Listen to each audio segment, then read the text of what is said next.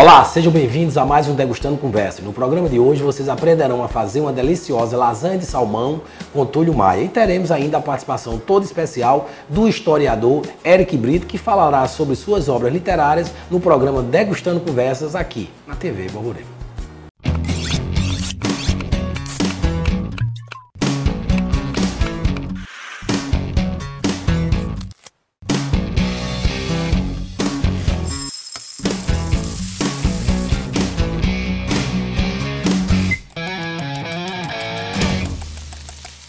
Olá, bem-vindo a mais um Degustando Conversa. Eu sou Túlio Maia e estou aqui hoje para preparar para vocês uma lasanha de salmão. Para isso vamos precisar de 500 gramas de salmão, uma lata de creme de leite, 2 copos de leite, uma cebola picada, um dente de alho picado, 2 colheres de sopa de manteiga, 2 colheres de sopa de farinha de trigo, 1 colher de chá de ervas finas, pimenta do reino, sal a gosto, meio quilo de queijo mussarela ralado, massa de lasanha, 3 colheres de queijo parmesão ralado e noz moscada. Utensílios: uma panela média, uma panela pequena, 2 espátulas pão duro e um refratário. Agora que nós já separamos os ingredientes, vamos cozinhar? Agora nós vamos preparar a nossa lasanha de salmão. Para isso vamos precisar de uma panela pequena,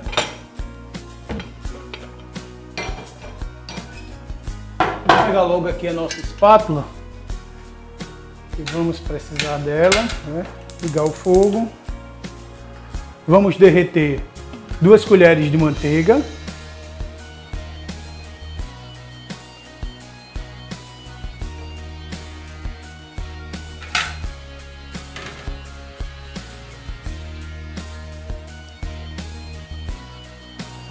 a lasanha é muito conhecida por ser de origem italiana, mas isso existe uma briga, né, podemos dizer assim, entre a Inglaterra e a Itália para ver realmente quem criou a lasanha. Porque em meados do século XIV, na Inglaterra, na corte do rei Ricardo II, já se tem notícias de um prato feito como a lasanha, que a lasanha nada mais é do que uma sobreposição de massas com recheios entre elas. E esses recheios podem ser de tomate, queijo, de vários outros ingredientes. E, originalmente, elas eram feitas sem tomate, porque inclusive na Europa do século XIV ainda não se tinham descoberto o uso do tomate, né? Depois é que veio ser inserido o tomate na culinária, era só uma planta silvestre.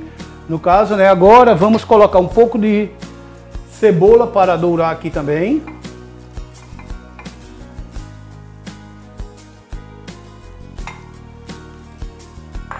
E como eu ia falando, inclusive o primeiro livro de culinária inglesa, nele já consta essa receita desse lasanha, que no caso lá eles chamavam de lasagne. Em um contrapartida a isso, na corte, no tribunal de Nápoles já existia também 2 livros que retratam mais ou menos nessa época, um de 1213 aproximadamente e um de 1325, que retratam também receitas feitas dessa mesma forma, quer dizer, mas não exatamente como a gente prepara hoje, mas de uma massa sobreposta com recheios entre elas. A Itália, no caso, ela usa essa nomenclatura, inclusive, para criar essa massa em formato quadrado que foi difundida pelo mundo afora.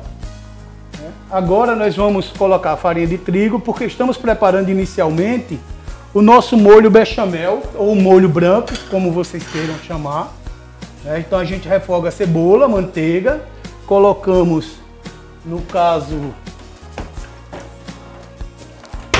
a farinha e vamos refogando essa farinha para fazer esse molho bechamel. Você pode ver que aqui ela já vai criando uma certa consistência, uma massa, e é a hora da gente ir colocando o leite. Vamos baixar um pouco o nosso fogo. Vamos colocando o nosso leite para diluir. E a quantidade de leite é o que vai nos possibilitar dar a consistência. Para isso eu vou usar um fouet, que facilita muito mais a nossa vida. né? Ele é para diluir os gomos, fica mais fácil. Aqui eu vou precisar de mais leite do que já foi colocado. E vamos preparando esse molho bechamel até diluir todos os gomos da farinha que está aqui dentro e deixar esse molho incorporar, engrossar, né? Pode ver, os gomos já estão sendo diluídos. Tem que mexer bastante. Vamos colocar um pouco de sal também na nossa receita.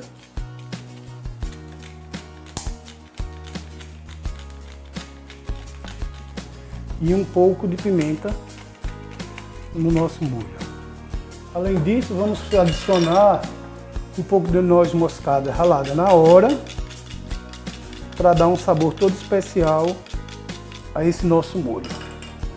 Vamos continuar mexendo até que toda a farinha de trigo seja diluída e o nosso molho engrosse um pouco. Não pode ficar muito grosso, porque senão depois a gente não tem como passar para lá. Não é uma papa, é um creme, é um molho cremoso no caso.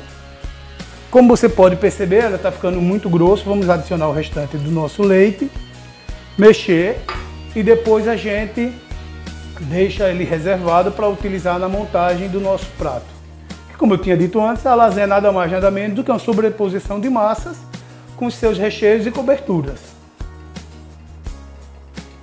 Agora, como você pode ver, o nosso molho já tem uma certa consistência e nós vamos reservar esse molho para a montagem do prato. Agora nós vamos preparar o nosso recheio, que será um salmão. Para isso, vou pegar mais uma panela. Vou acender o fogo novamente. Nesse caso eu vou usar um pouco de azeite para refogar a cebola. Um fio de azeite. E vamos refogar, no caso, o restante da cebola. No caso aqui a gente usou uma cebola grande, picada, porque eu ia dividir ela exatamente para os dois processos. Não só para o molho bechamel, como também para poder fazermos o nosso recheio, que será o salmão. E esse recheio você pode variar. No caso aqui a gente está fazendo salmão, mas as pessoas também muito usam a bolonhesa, que é com a carne moída. Você pode fazer de lagosta, você pode fazer de bacalhau, de frango, de queijo, de várias outras coisas. Tem várias receitas já hoje em dia, inclusive veganas, que não usam nenhuma proteína animal, para quem não gosta. A massa também ela pode variar, pode não ser só essa tradicional, mas pode ser feita com espinafre, com cenoura. Existem vários outros produtos que você pode colocar para preparar a massa.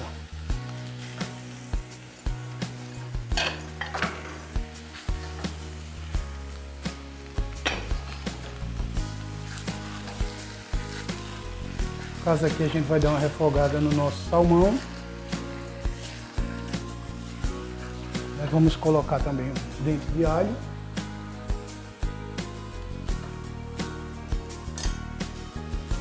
E vamos refogá-lo para que ele cozinhe um pouco, para que assim a gente possa dar continuidade à nossa preparação.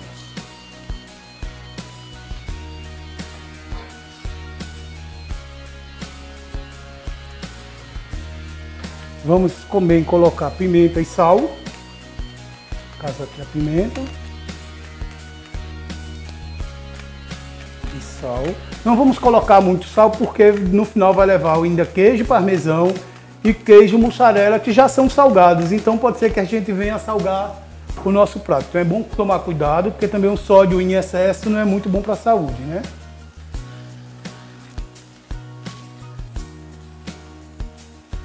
Você vem refogando.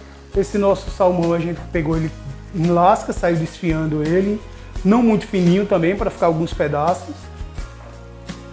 Agora vamos colocar o creme de leite para deixar ele levantar a fervura.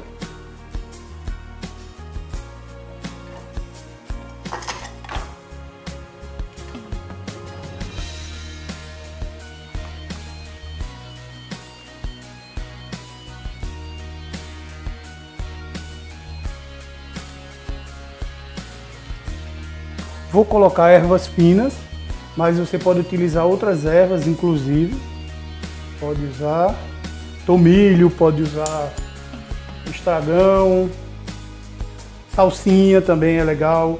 No caso aqui eu estou colocando ervas finas que vai dar um sabor bem diferenciado. Deixar ele levantar fervura, porque como você sabe, peixes e frutos do mar, a cocção é muito rápida, então são coisas que não levam muito tempo no fogo. E que além dessa cocção aqui, ele ainda vai para o forno, que também é um outro processo de cocção também. Então a gente vai deixar só levantar a fervura, e quando levantar a fervura a gente desliga e reserva e vamos fazer literalmente a montagem do nosso prato de hoje. Sempre dando uma mexidinha até ele levantar a fervura. Agora, como vocês podem ver, o nosso recheio já está pronto e vamos para um rápido intervalo e quando voltarmos iremos montar a nossa lasanha.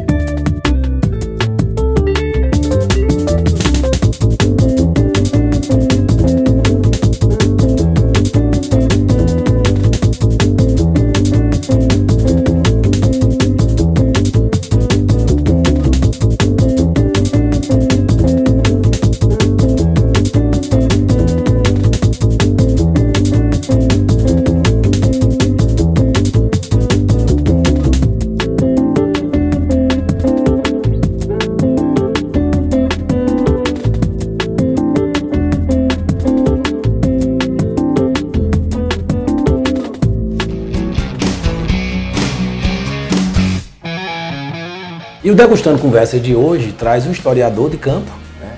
Eric Brito, que vai bater um papo com a gente sobre seus dois livros que escreveu e que tenta trazer a história de uma forma mais, digamos assim, mais compreensível para o não acadêmico, o leigo. Eric, seja bem-vindo. Muito obrigado. Estamos aqui comendo essa lasanha com essas lâminas de salmão. Eric, a primeira coisa que a gente sempre faz no programa é sempre querer saber um pouco a gastronomia ligada na profissão das pessoas, mas aqui eu vou abrir um parênteses. O nordestino come muito mesmo. Nessas suas pesquisas, você falando da época colonial, né? Logicamente a gente sabe das dificuldades do alimento, da questão econômica, mas o nordestino, a mesa sempre é muito farta, sempre foi muito farta mesmo. É uma tradição do nordestino vinda do português e do índio, foi uma mescla e que, sim, a questão de banquete sempre foi utilizado, sempre que era possível. Então a questão de mesa farta, tanto que se fala muito em bucho cheio aqui. Isso é um sinônimo de riqueza, de fartura. Então o paraibano ele tem sempre essa perspectiva de ter uma mesa tanto sortida quanto com bastante alimento. Porque assim, a gente do café da manhã é aquela coisa... Eu não sou da área, eu sou da área de exatas, eu sou professor de matemática, né? Mas algo que sempre me chamou muita atenção e acho que isso tem me próximo. Eu sempre gostei de ler alguma coisa sobre gastronomia, sobre a história da gastronomia. E que necessariamente, por exemplo, antes você comia muito no café da manhã, porque também era necessário, o mundo era mais rural, as pessoas trabalhavam mais no campo, então você tinha que, logicamente, ir para o campo, você tem que ter uma alimentação já forte, uma alimentação, café da manhã extremamente farto. E as pessoas chegavam em casa mais cedo, né? Encerrava o dia no pôr do sol. Né? O pôr do sol tinha um pôr do sol, acabou-se o dia, porque você não tinha iluminação, a coisa era bem diferente. Daí porque as pessoas dormiam, mamãe sempre, quando era viva, dizia que dormia com as galinhas, né? Você dormia, o povo nordestino tem muito isso, né? Da questão dos ditos popular. Dormia com as galinhas e você se acordava cedo, quer dizer, sua vida começava mais cedo. Hoje a gente vê uma inversão disso. Né? Mas ainda tem muita gente que defende que você deveria comer gradativamente, ou seja, você começa comendo muito e vai diminuindo para que você chegue à noite e coma menos um pouco. Historicamente, isso tem sentido, essa análise, ou assim, qual é a tua visão disso? O homem do interior, ele tinha essa perspectiva exatamente por causa do trabalho de campo. Então ele vinha do jejum da noite, que era uma noite muito mais extensa do que a gente tem hoje. Nós costumamos dormir bem menos do que se dormia, eu acho que é até inadequado isso. E essa primeira refeição servia exatamente para ele ir para a primeira labuta, né, que era o campo. A gente tinha duas perspectivas de economia de campo, que era a agrícola, né, que é muito puxada, e a de animais. Né, o vaqueiro, inclusive, os vaqueiros não eram escravos ou empregados, eram os filhos dos donos das terras. Havia-se um orgulho de ser o vaqueiro, né, e trabalhar em cima disso aí. O leite tinha que ser tirado logo cedo, 5 horas da manhã, 5h30. Como ainda hoje se faz muito, né? Na vacaria, né? É o ideal, né, de se fazer.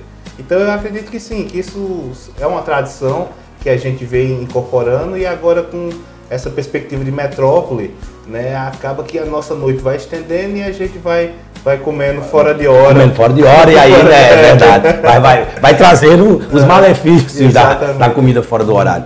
Você também trabalha com a questão da arqueologia, faz parte aqui acho que é de Campina Grande, você é presidente da associação. Fala um pouco, ou é paraibana, enfim, fala um pouco sobre isso, como é esse trabalho, daqui a pouco a gente fala dos teus livros. Mas fala um pouco, porque assim, quando vem a arqueologia, muita gente já pensa em Indiana Jones, aquela coisa mais romanceada. Mas enfim, fala qual é esse trabalho que vocês desenvolvem e enfim, o quanto é importante isso, porque eu tenho pelo menos essa visão, quem não tem passado, dificilmente terá futuro. Sim, exatamente.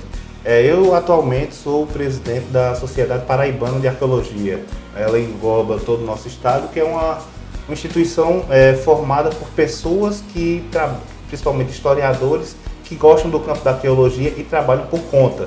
Nós não temos nenhum incentivo, seja particular ou público, e nós vamos em busca de sítios arqueológicos, a gente recebe as indicações. Aqui na Paraíba teríamos quais? Eu conheço bem o Ingá e lá em Souza, né, que é o Vale do Dinossauro. Já a gente fala disso também. Na verdade, a sociedade, dentro dos seus sócios, já descobriram mais de 400 sítios arqueológicos aqui na Paraíba. Que coisa bacana. Uma das cidades com mais sítios arqueológicos é aqui bem pertinho, Queimadas.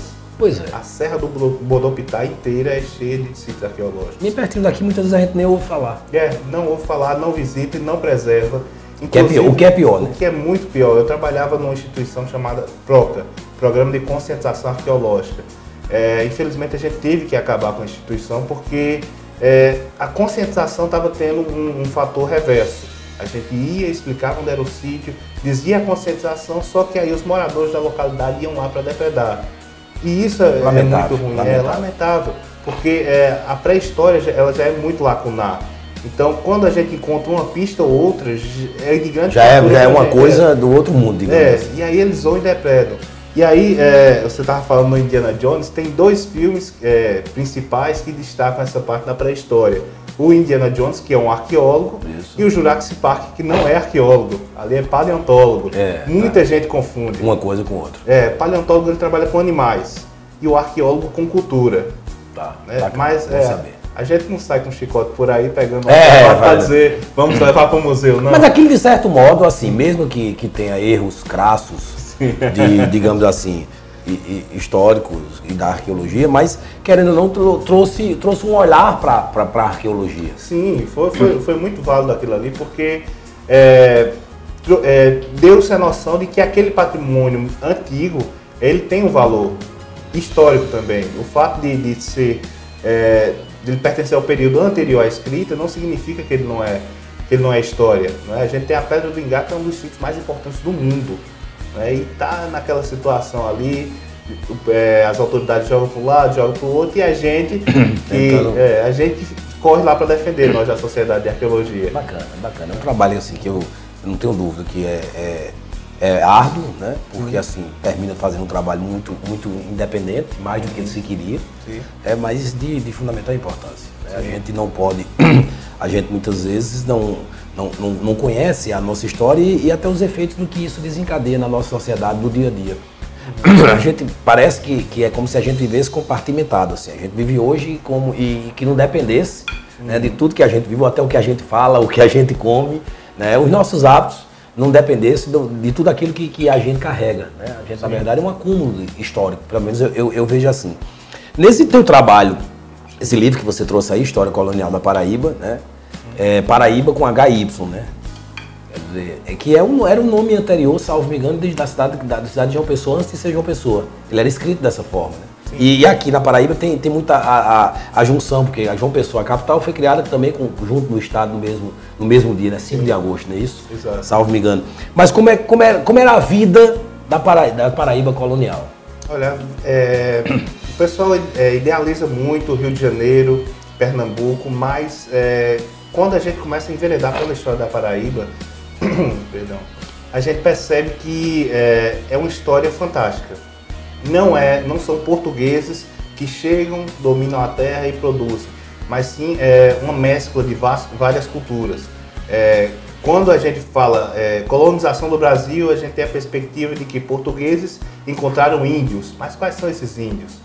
Aqui na Paraíba, só na Paraíba, nós tínhamos 3 nações, que eram os Tupi, os Cariri e os Tarariú. Aqui em Campina Grande tem uma rua Índios Cariri, né? Índios Cariris. Os índios daqui não eram Tupis, certo? Isso aí são 3 nações. No litoral a gente tinha os Tabajara e os Potiguara, que inclusive deram origem ao nome de quem nasce no Rio Grande do Norte. Os Potiguara. São os índios mais aguerridos da América, segundo os E indígenas. Tabajara até hoje é a rádio oficial do estado da Paraíba é a Rádio Tabajara. Exato. Eles falavam uma língua, tinham sua cultura, os Cariris já tinham outra cultura. Quer dizer que eram dialetos distintos. Eram dialetos distintos. Tanto que Tarariú, na verdade, é um xingamento. Eles não se chamavam Tarariú, quem chamava eram os Tupis. Aquela brincadeira do português com o brasileiro, do brasileiro com o português. Comedor de traíra. Entendi. É um peixe que ninguém quer. Que ninguém quer. Então, eles faziam essa rivalidade, né? Os Tarariús eram homens de 2 metros de altura, 2,10 metros. E nesse período colonial, quando a gente vai vendo no livro, a gente percebe que eles ficaram com armas, roupas e cavalos holandeses. Então você imagina, você ir ali pro lado de Patos e encontrar uma tribo com homens de 2,20 metros de altura, montado num cavalo com roupas holandesas. Parecendo os nórdicos. Parecendo os nórdicos. Isso é uma comparação bem interessante. E vindo de encontro a você, né? E você tá ali municionado com Campina Grande pertencia a Campina Grande, ela termina se criando como entreposto comercial. Sim. É isso? Mas ela pertencia a São João do Cariri, é isso? São João do Cariri. Foi a primeira localidade que englobou Campina Grande. E depois Campina Grande tem sua independência, digamos assim, né? Eu já ouvi até alguns escritos e ouvi falar que sempre discute muito porque tem a questão da emancipação, se torna cidade ou ao mesmo tempo deixa de ser vila para se tornar cidade.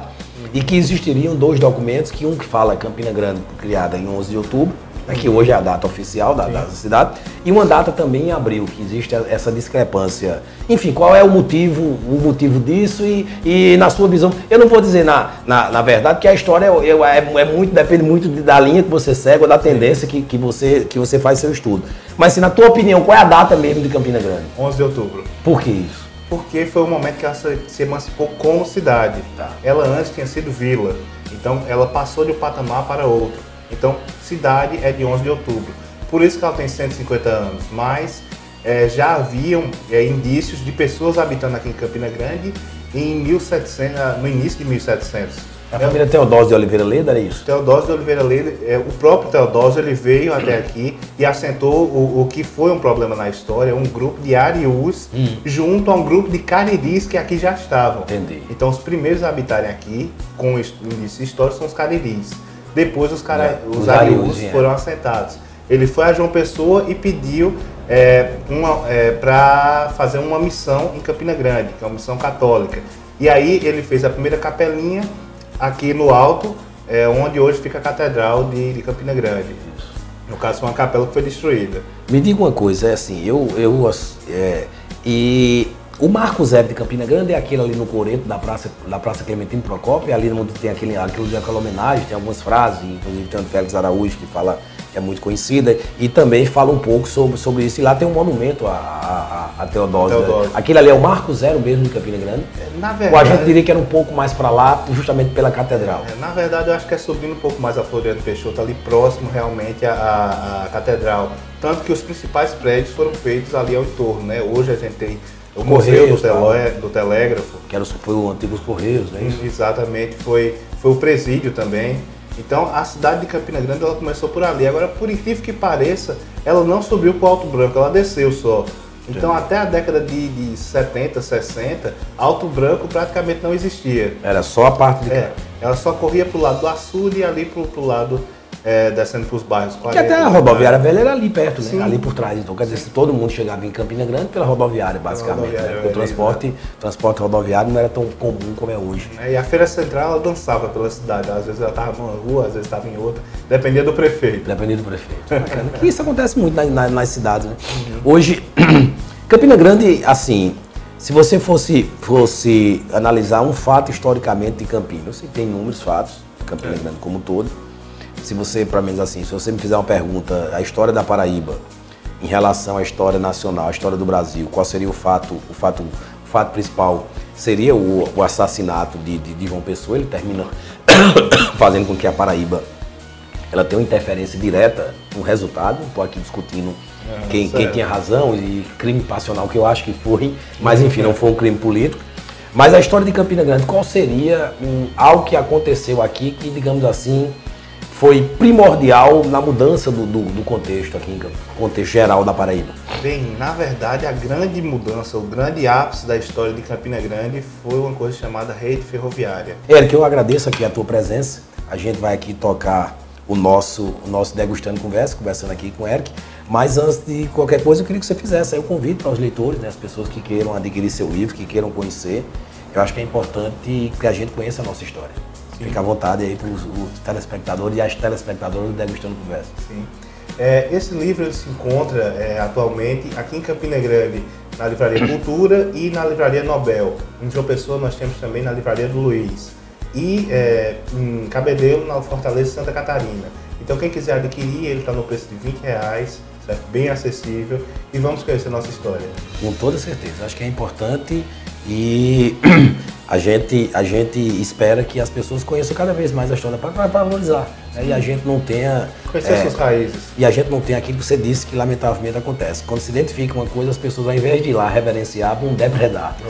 Quer dizer que é lamentável. Mas enfim, o Degustando Conversas continua, vou tocando aqui o papo aqui com o Eric. E aí, vamos continuar Degustando Conversas. Acompanhe, siga e compartilhe nossas redes sociais. facebook.com/Degustando Conversas. Você também pode mandar sugestões para o e-mail programa degustandoconversas@gmail.com. Acessar nosso canal no YouTube Degustando Conversas ou o Instagram @Degustando Conversas. Bem, chegamos ao fim de mais um Degustando Conversa. E se você quiser rever este programa, como também outros programas, você pode acessar nosso canal do YouTube Degustando Conversa. Até a próxima.